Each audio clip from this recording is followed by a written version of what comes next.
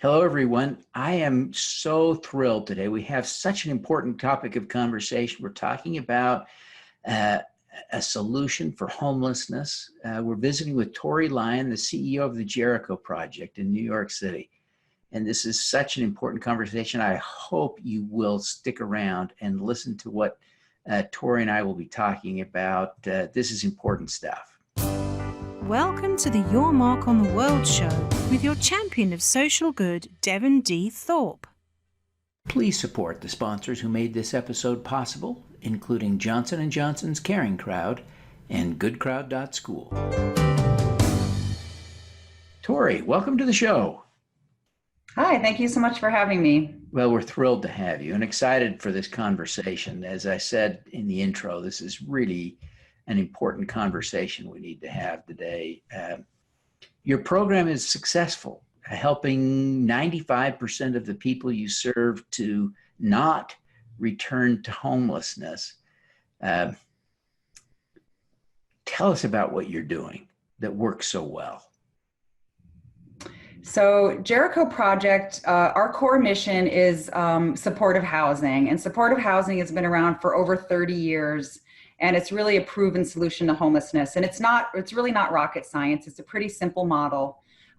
We serve the most vulnerable homeless people. So these are homeless individuals and families who have histories of mental illness or substance abuse, post-traumatic stress disorder. Many of them are veterans and young adults who have had lots of trauma in their lives.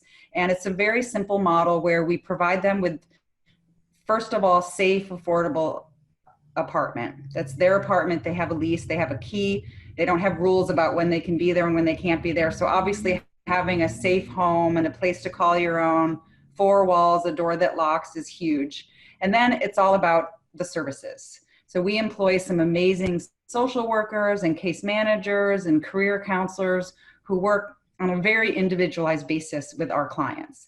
And you can imagine these are clients who are living with us. They're living in the buildings that we own. We see them every day. We're able to really do a deep dive into their lives. Sometimes it takes a couple months to really do the deep dive. Sometimes it takes a couple years, but we're always there every day seeing our tenants and our clients. And so it's really about finding the dignity in each human person, in each person, believing in them, being there to support them, but recognizing that they are the experts in their own lives.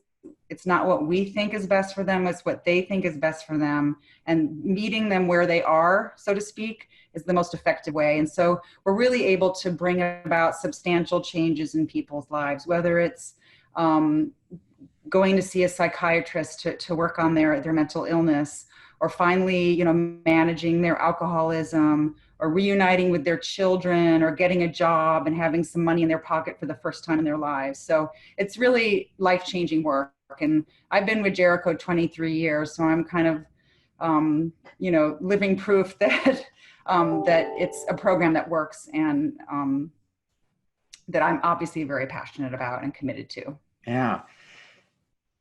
Does it work for everyone? It works in some aspects for everyone, but we're working with an extremely challenging population. I'll give you an example. We have a veteran living in one of our residences who was living in the woods in Staten Island for over 10 years. And nobody could get through to him. Nobody would take him because he had, I think, 2 dogs and 3 cats. And so we worked with him with a bunch of other, agencies and people involved, and we were able to get him to come inside. And he has just really been struggling living in housing. He neglected to take care of his pets. We had to turn them over to a shelter. He still is housed, though. I think that's the main point. And we're still working with him. So some people really struggle more than others. But we haven't given up on him, even though, so far it hasn't been going that well. Yeah. How long has he been in your housing? It's been probably about 1.5 years. So, like I said, not everybody goes at the same pace for sure. Yeah. And it's 18 months he wasn't on the street. Exactly. Yeah. And, a couple of winters he's been through now where he literally could have died living, in the woods. So Yeah. there is a silver lining to that, but he's a very difficult case. So What are the success stories that you see? oh, there's so many. One of our most recent initiatives is working with young adults, most of whom identify as LGBTQ. And so one of the things that's different about working with the young adults than with older adults, although, there's lots of overlap, is, it's nice to think that if you're intervening in a young adult's life when they're 21, they're not going to be homeless still when they're 50. So we've been working with young adults. Most recently, we opened a residence in the Bronx last summer, and we've seen just amazing transformations occur in people. Many of them were estranged from their family because of their sexual or gender identity, and they've come to Jericho, and I just hear over and over again that they finally found a place where they feel safe, where they feel supported, where they feel like it's almost like a replacement for their family. I mean, obviously we're professionals, we aren't their family, but they finally feel like that they're safe and they can start to meet their goals. And so we have a young woman who was in and out of shelters for many years in her very short life, estranged from her family. She's living with us now. She's enrolled in a business institute and is graduating in about 18 months. And this is only after having been living with us for about 8 months. She was able to figure out what she wanted to do, research schools, enroll in school, and now she's in school. So it's very exciting to be able to help influence a young person's life like that. It sounds completely life-changing for her. I think it is. Yeah. I mean, I hope. That's what I love about the work. Yeah. Is this something that can be scaled up or should be scaled up? Would you like more money? Maybe $1 billion or something? Yeah. Well, it is being scaled up, and that's the good news. There's already tens of thousands of units of housing like this in New York State. We're very lucky. Over the past 20 plus years, we have had both mayors and governors who have recognized that supportive housing is really the solution to ending homelessness for most people. And so there's been an incredible investment made both by Mayor de Blasio and Governor Cuomo. So they've both pledged to build 15,000 new units of supportive housing over the next 15 years. And so it's more than $1 billion, actually. Of course, it's not all for Jericho. It's for the whole state and the whole city. But this is a very scalable model. There are many challenges, even with money. Land is scarce. There's not that. There used to be in New York City that there were many vacant buildings you could take over. Now there's really none of that. So it is difficult to find sites and to get community support. But we're very lucky in New York that the funding is there, and I can't stress enough how important that is. And of course, it's not just luck. In our industry, we've been advocating at all levels for more of this. And I was lucky enough to be asked to be on the mayor's task force to think about the future of supportive housing, and if we're going to do, how many units should we do and what should they look like. And so we recommended the 15,000 units. And that program is off the ground. And we actually opened the first project under that program last summer. That's the Young Adult Project. It seems to me that although it's counterintuitive, that supportive housing is actually economically positive for the city, because the alternative is people are on the streets causing problems for themselves or others that are more expensive to solve absent that supportive housing. Am I thinking about this the right way? You're absolutely correct. If you think about it, an unhoused homeless person is much more likely to go to the emergency room. They're much more likely to use the city shelter system, which is more expensive to operate than supportive housing. And they're more likely, frankly, to end up in jail, to end up in a psychiatric hospital. Supportive housing, there has been study after study done that shows that even if you take into account the cost of building and operating the supportive housing, you actually save money when the alternative is doing nothing.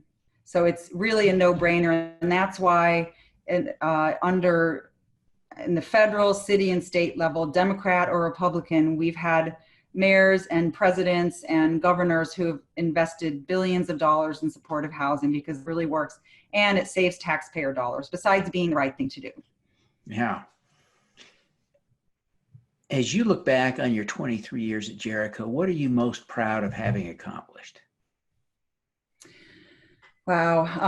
I mean, I think it's really the bricks and mortar housing. That's really something so tangible when you're able to see a building through from an empty lot to an actual building and seeing people get their keys for the first time and move in and just feel like, they can take a breath for sometimes the first time in decades. And so it's really, as I'm sure, any of us know, that your home is everything, having a place to stay, and just the stress, the physical and mental and emotional stress that it takes to survive as a homeless person. Where is your next meal coming from? Where are you going to sleep tonight? How am I going to clean my clothes? How am I going to take a shower? That really weighs on you. And so being able to provide somebody with an actual unit, and of course, and then provide the services as well. But I really like seeing those buildings go up. Yeah.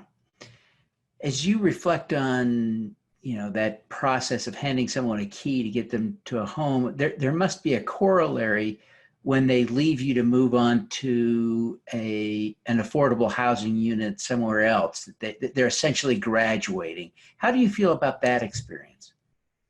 Yeah, that's amazing too. You just see the transformation in people, and you see them start to be employed.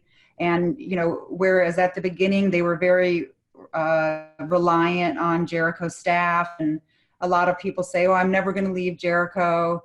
And then they kind of, maybe they meet somebody and they want to get married, or they want to live with their significant other. And most of our units are very small studios, and they're really only meant for one person. So you just see people move on with their life. We have people who have children who move on and have families, and many of them move out of state. Maybe their mom lives in Florida and they're able to reunite with their mom and go help take care of their mom now. So that's really rewarding as well. And we have a program called On with Life that really supports that moving on. Of course, people can stay with us as long as they want, their whole lives if they want. It is permanent housing, but the idea that there could be something more, after that is I think to me, it's very inspirational. Yeah. What's the most important lesson you've learned about working with the homeless after 23 years? Well, as the CEO of Jericho, I'm going out a lot and meeting with government partners and funders and other organizations. And I've always taken an approach that it's more important to collaborate than to compete. So I think really one of the most important things is, like, I'm always the person who's volunteering to try a pilot program, or to take a risk, or to collaborate with somebody. And I think that that's really important. I think a lot of times we work in silos, and that just doesn't work in this industry. So for example, the gentleman who was living in Staten Island in the woods for 10 years, that took at least 4 different agencies to help him come out of the woods. And none of us could have done it by ourselves. So internally, collaboration to me means listening to my colleagues, listening to our tenants and our clients about what they think is important. And then externally, it's working with our peer organizations. One example is Jericho's part of a veterans task force here in New York City. And over the past, 6 or 7 years, we've been able to reduce veteran homelessness in New York City by 90%. And that was a collaboration between government, public, private, nonprofits, the veterans themselves. And I'm always the one to agree to share information with somebody. And I think that's really the lesson that I've learned, because a lot of times you just work in your own little world, and you don't think you need other organizations, but it's collaboration, I would say, is the main lesson. Yeah, excellent. That applies in so many situations, but I can see how it's important in your work too. why did you get into this work? Well, it's funny because I actually went to college for a business degree. I went to the Wharton School at the University of Pennsylvania. And You and Donald Trump? yes, different years. Important. Slightly, yeah. I don't know. I think since a young age, I've always been kind of drawn to like the little guy. I was always the one who was like cheering on the last guy at the swim meet, who was in last place, but I was still there cheering. But in college, I worked at a couple of nonprofits. And then I was inspired by my dad, who's a veteran, who of the Air Force. And I was always kind of interested in veterans issues. And also I have a brother who's gay, and he came out to my parents and us when he was in his early 20s. And we were, he was very, our family is very close, and he's very fortunate that my parents were supportive. But I knew that there were many other young adults, who weren't accepted by their families. So that's what really drew me to it. And to Jericho in particular, I just think the work, as we mentioned before, is so life-changing. It's giving somebody a home, giving somebody a job, reuniting them with their family, giving them their dignity back. It really is, life-changing. That's what inspires me. But it's personal too. Yeah. Tori, what is your superpower? My superpower? Well, I don't like to think that I'm, superhuman or anything, but I think, of course, this is always a work in progress, but I think one thing that I've thought that has been so important in my time at Jericho is just believing in people. And somebody once told me that if you can believe that somebody can do it, then they can do it. They can, just believing in them is giving them the strength sometimes to achieve what they want to do. And so I really have a belief in my colleagues and in the people that we serve, that they can change, that they can achieve their goals. And that's, to me, kind of the most important fundamental thing. Now, that is a powerful, powerful superpower. And it inspires me. Congratulations. Fly or anything. Well, Tori, thank you so much for taking the time to be with us. I know you're busy, saving lives, doing good. But before you go, take just a minute and tell people how they can learn more about the Jericho Project and the work you're doing there, and how they can connect with you personally. Great. So if you go to jerichoproject.org, is our website, and you can find a lot of information there, including my contact information. We also are on social media. Our Facebook is, I have to remember this, is just Jericho Project. Our Instagram is Jericho Project 1983, which is the year we were founded. And then of course we're on Twitter as well, which is Jericho Project 1. So please follow us. You'll see all that we're doing. We're sharing important information and events that are happening at Jericho. So we really encourage everybody to check out our website and our social media. Fantastic. Again, Tori, thank you so much for being with us today. We wish you every success in helping the homeless community that you work with. So great. Thank you so much. All right. Thanks, Devin. Let's do some good. Okay. Bye. At Caring Crowd, we believe everyone has the power to make a difference. Through our crowdfunding platform for community health, we empower passionate people to drive real change. Whether you work for a nonprofit organization, volunteer, or want to get involved for the first time, you can post a campaign on Caring Crowd. Join us, because caring is where change begins.